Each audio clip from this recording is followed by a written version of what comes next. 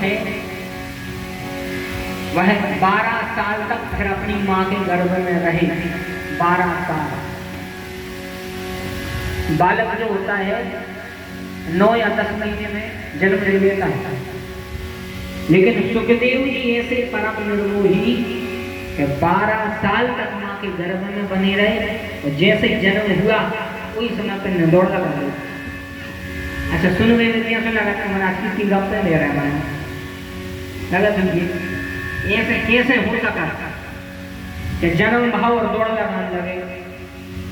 हम के में तो फलाने जगह का मोड़ा भाव इतना दौड़ो सुखी पहुंचो तो बस बात हो नहीं हुई।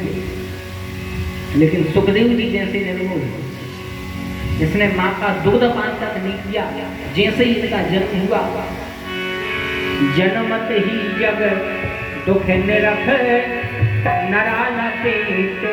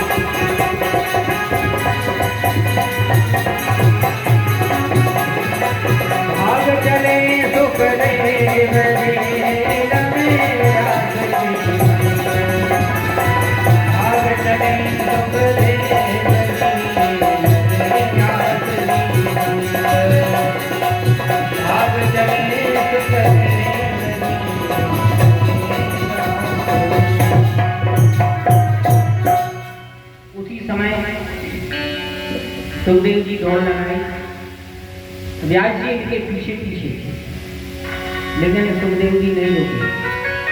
व्यास जी रोते रहे नहीं रोके, लेकिन आज जब व्यास जी ने कथा बनाई वही सुखदेव जी जो उनको छोड़ कर गए थे आज लौट के अपने पिताजी व्यास जी के पास में आ गए। बोले भक्त वत्सल भगवान की। व्यास जी के पास में आए, व्यास जी ने इनको कथा सुनाई। व्यास जी ने कहा बेटा एक बात ध्यान रखना,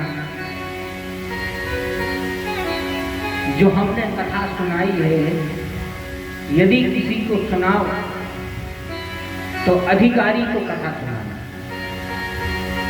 जो कथा का अधिकारी हो, जो सादर भाव से बैठ के सुने, उस अधिकारी को कथा सुनाना, यही हमें गुरु दक्षिणा चाहिए। सुखदेव जी प्रणाम करके गए। फिर अधिकारी के रूप में कौन मिला? तो अधिकारी के रूप में मिले राजा परीक्षित, जो अभिमन्यु के पुत्र हैं। यहाँ से जो महाभारत की कथा आती है, यदा प्रभे कौरव संजयान वीरो स्वथो वीर गत में गतेषु मृगोदरायत गदाभिमर्षे भगनोरुदण्डे धृतराष्ट्रपुत्रे यदा प्रभे कौरव संजयान। महाभारत की कथा आती है कि अधिकारी के रूप में मिले राजा परीक्षित। महाभारत की कथा सबने सुनी होगी, ऐसा कोई व्यक्ति नहीं है जो कथा में हमसे ज्यादा जानना चाहिए, मगर हम कथा ने सुने हैं, हम सुने हैं कथा को सार। महाभारत क्या है हम तो सार बने हैं। महाभारत नहीं कौरव और पांडवों के बीच में। अच्छा, बड़ी अद्भुत बात है कि सतयुग में दानव और देवता अलग अलग रीत के, बड़े ध्यान से सुनिए। सतयुग में दानव और देवता अलग अलग रीत के, दानव अलग देवता अलग, दोनों अलग अलग रहते थे। सतयुग के बाद आया त्रेता।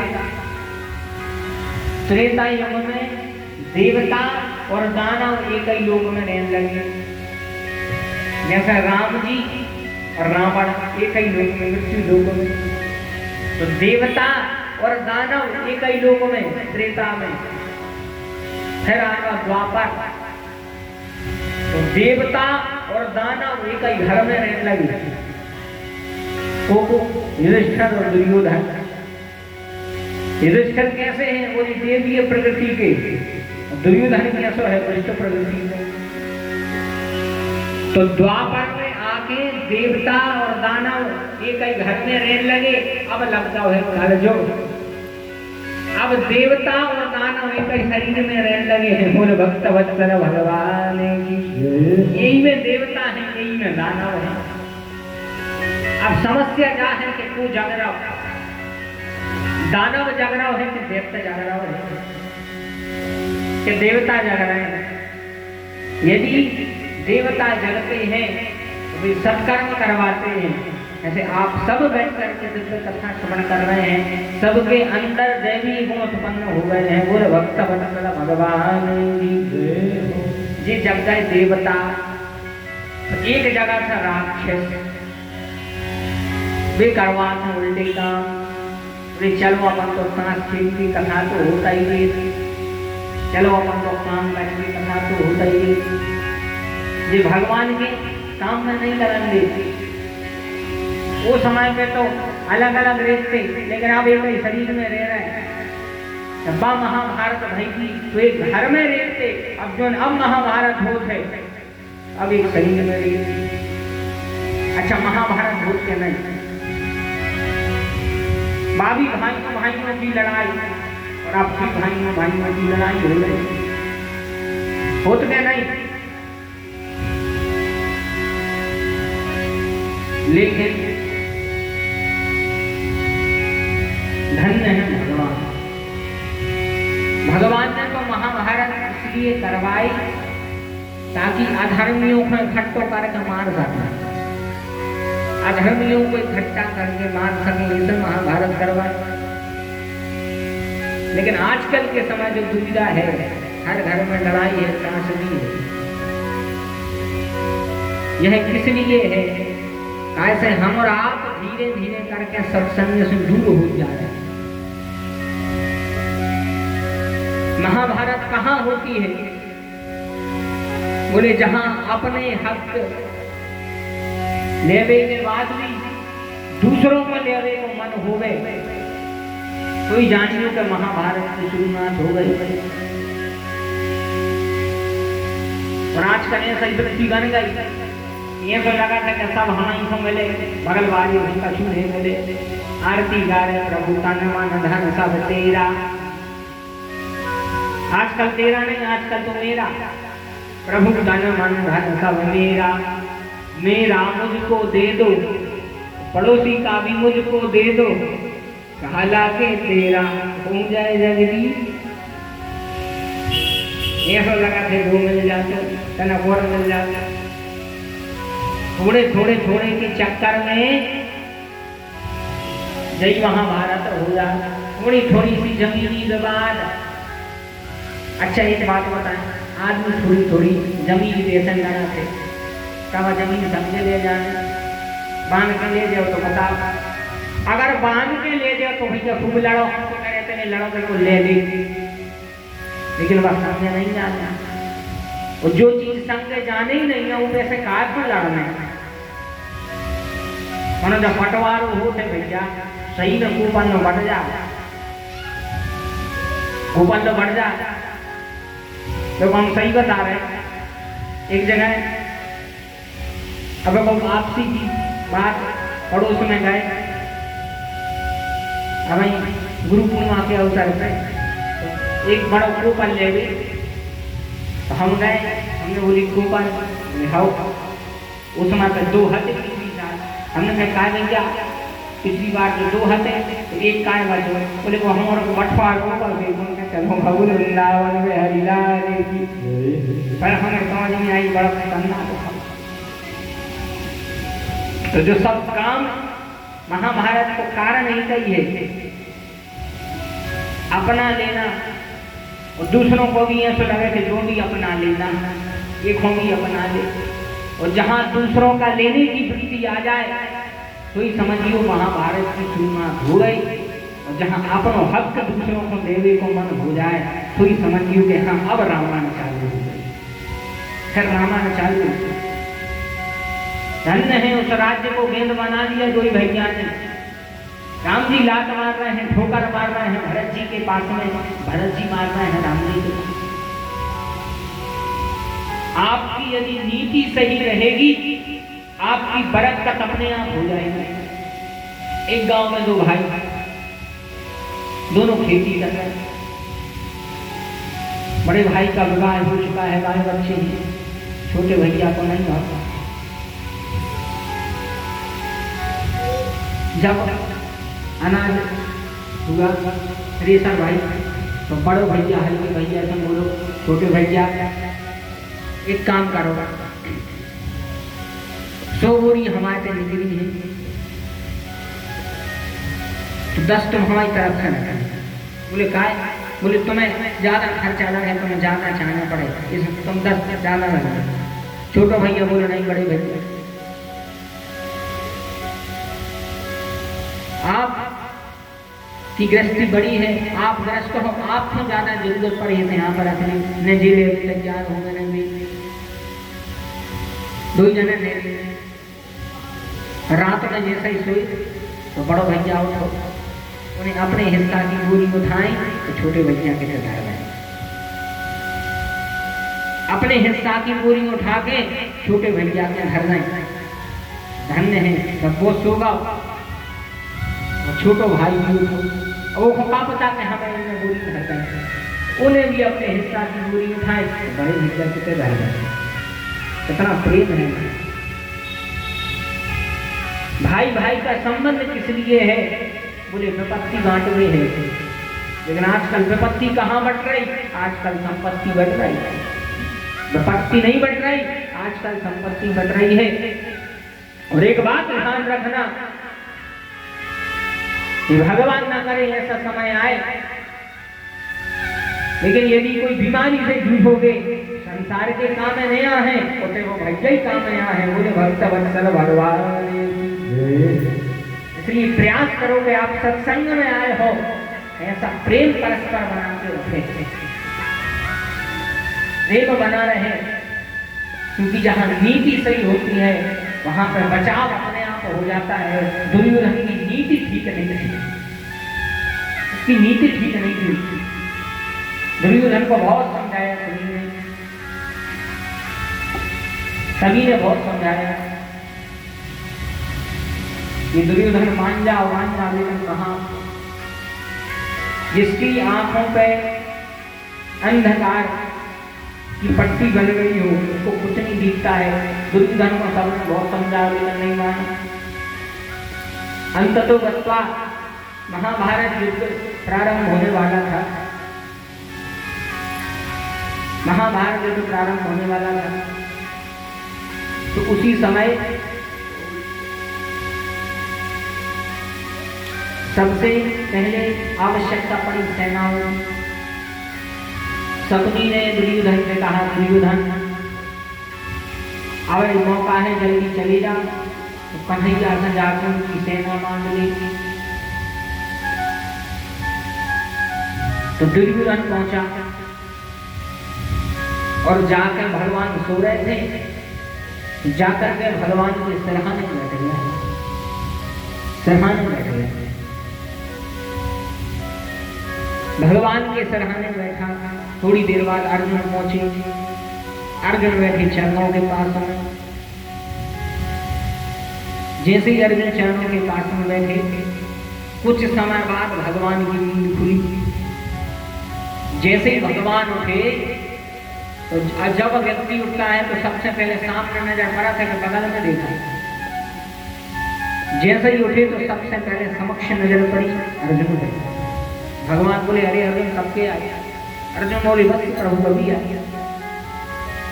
पीछे देखा दुर्योधन बैठा था, दुर्योधन ने प्रणाम किया। भगवान बोले दुर्योधन कब के आए? बोले अभी अर्जुन से पहले आया। भगवान बोले मनो हमने अर्जुन को पहले देखो, ये सब पहले अर्जुन तुम मांगो काय आए, तुम बताओ काय आए। अर्जुन ने हाथ जोड़े। अर्जुन ने कहा प्रभु पहले दुर्योधन ही आओ है, ऐसे आप पहले दुर्योधन से पूछो। भगवान ने कहा दुर्योधन बता क्यों आए? दुर्योधन कहता है प्रभु महाभारत होने वाला है, आपकी सहायता चाहिए है। भगवान बोले बताओ कैसी सहायता? भगवान बोले एक तरफ हम मेहनत से बिना हथियार की और दूसरी तरफ हमारी नारायणी सेना, बताओ का चाहना? दुर्योधन बोलो हथियार नहीं उठे? बोले नहीं। बोले जब तक इमरजेंसी आ जाए? बोले नहीं। बोले उठे जब तक इमरजेंसी हो। तो दुर्योधन ने सोची कि जब तक इमरजेंसी आ जाए वहाँ हथियार नहीं उठे तो क्या काम? तो दुर्योधन बुलाकर तो फिर एक काम करो केशव, आप तो हमें अपनी नारायणी सेना दे दो। भगवान ने नारायणी सेना दे दी। नारायणी सेना भगवान को दी। दुर्योधन लेके चला गया। अब अर्जुन आ गए। अर्जुन से भगवान कहते हैं कि अर्जुन आप बताओ तुम क्यों आए हो, क्या मांगने आए हो? अर्जुन ने हाथ जोड़े। अर्जुन कहते प्रभु आज मैं आपको या आपसे मांगने नहीं आया। भगवान बोले फिर? बोले आज तो प्रभु हम अपने आप को तुम्हें सौंप दे आए हैं, यदि हैं हम तुम जानो तुम्हारा काम जाने। बोले भक्त वत्सल भगवान ने बोले आज मैं मांगने नहीं आया हूँ, आज मैं अपने आप को आपको सौंपने आया हूँ। अब आप जैसा जानो। महाभारत युद्ध हो रहा है। भगवान कहते अर्जुन अब दुर्योधन सेना ले जाओ है, हमारी बची है तो हमारी कौन मांग लेंगे? अर्जुन बड़े प्रसन्न हुए। बोले प्रभु आप ही तो चाहिए है। तो भगवान ने भी अर्जुन से थोड़ी हंसी मजाक करी। भगवान अर्जुन से कहते हैं अर्जुन, भगवान कहते हैं कि हार तेरी निश्चित है, हार तेरी निश्चित है, हरदम रहेगा तू उदास। माखन दुर्योधन ले गया, छाछ बची तेरे पास। बोले माखन यानी पूरा सार पूरी सेना तो दुर्योधन देगा, तुम्हारे से केवल छाछ बची। अर्जुन कहते हैं प्रभु जीत मेरी निश्चित है, जीत मेरी निश्चित है, दास नहीं हो सकता उदास। माखन भले दुर्योधन ले गया लेकिन माखन चोर है मेरे पास। बोले अपने तो माखन चोर है, और जब चोर अपने से है तो माखन की क्या जरूरत है? अब चाहे चुरा के ले आए।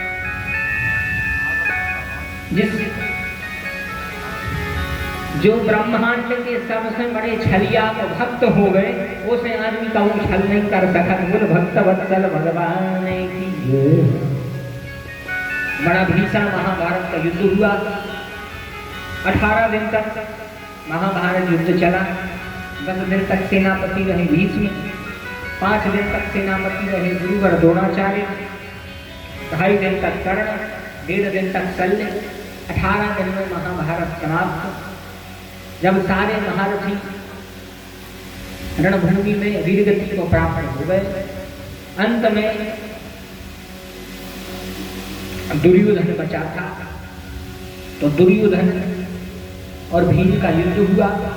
भीम ने दुर्योधन की जंघा पर प्रहार करके इसको घायल कर दिया। पांडव तो चले गए। उसी समय अश्वत्थामा आया। दुर्योधन से कहता है यह हालत किसने की? दुर्योधन कहता है कि पांडवों ने मेरी हालत बनाई है। अश्वत्थामा कहता है युवराज तुम बता तुम्हारी अंतिम इच्छा क्या है? दुर्योधन कहता है हमारी अंतिम इच्छा यही है कि हम अपने शत्रुओं के कटे शीश देखना चाहते हैं। जो दुष्ट व्यक्ति होता है और जीवन भर अपनी दुष्टता नहीं छोड़े, जीवन भर अपनी दुष्टता नहीं छोड़ता है। दुर्योधन कहता है कि हमें तो हमारे शत्रुओं के प्रति शीश चाहिए। उसी समय अश्वत्थामा गया। रात्रि के अंधकार में पांडव तो नहीं थे, लेकिन पांडवों के 5 पुत्र का सिर काट दिया। सिर काट के दुर्योधन को लेके आया।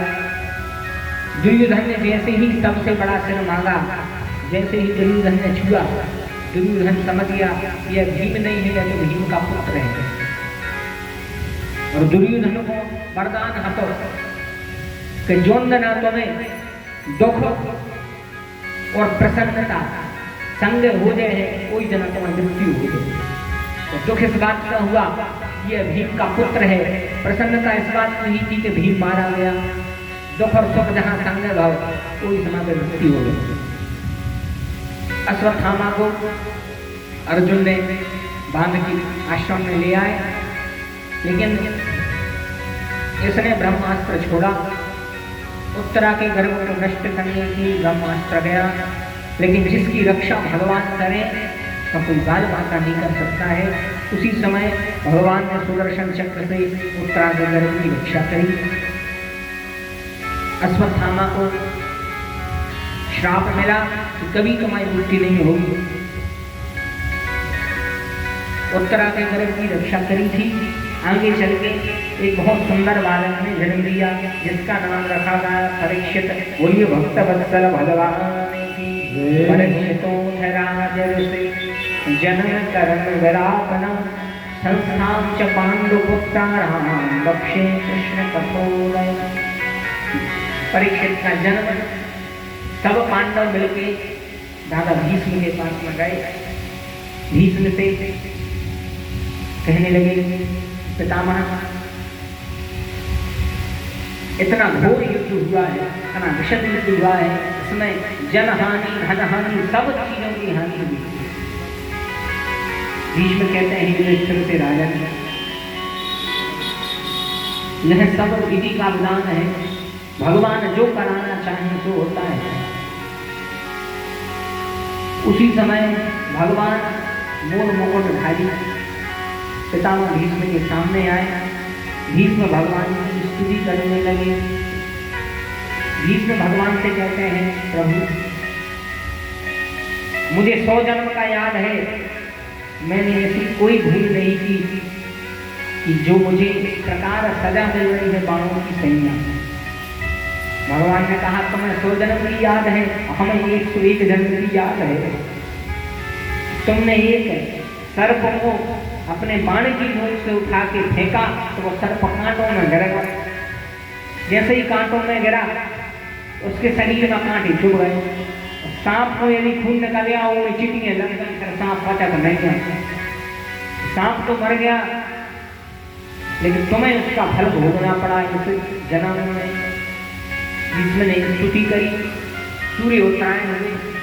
भीष्म ने शरीर त्यागा, भगवान के शरणों में शरीर त्यागा था, इसलिए जन्म जन्म के बंधन से मुक्त हो गए। बोलिए भक्त वत्सल भगवान की। परीक्षित का राज्य सुचारू रूप से चलता है। इस प्रकार कल प्रवेश करेगा। अन्य अन्य लीला कथाएं कल की जब पावन कथा में श्रवण कराई जाएंगी। आज का पावन चरित्र भगवत चरणारविंद में समर्पित है। द्वार भगवत नाम संकीर्तन। कथा का समय भैया 2:30 से 5:30 है। अब तो थोड़े से विलम्ब हो गया था, इसे 6 बजे